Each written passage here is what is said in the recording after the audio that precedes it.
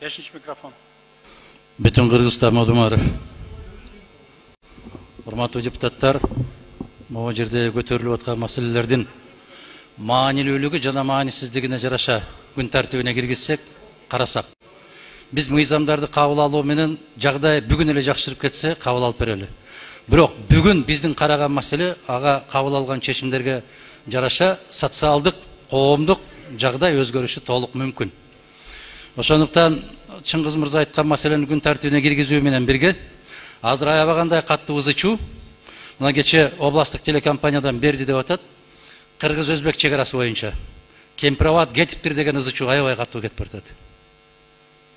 Өткөндө эле айтышты эле. Биз сунуш кылганбыз, ошол 5 айыл өкмөттүн жашоочулары менен жолукмайынча бул маселени токтотуп турсаңыздар деп. Макул болгон. Президенти да отурган, өкмөтү да отурган, баары отурган.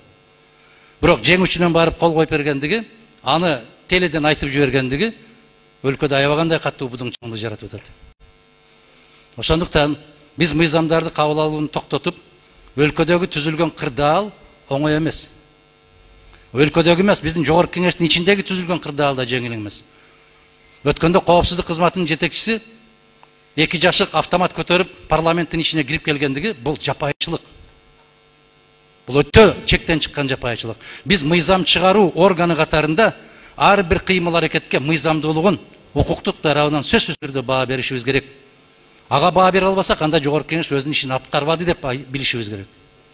Ушул маселелерди биринчи кезекте күн тартибине киргизип, Талант Маматович, ушуларга чекитти коюп карап, андан кийин мыйзам кабыл алсак, менимче максатка ылайык болот. Ушул сунушту добушка койсоңуз. Рахмат.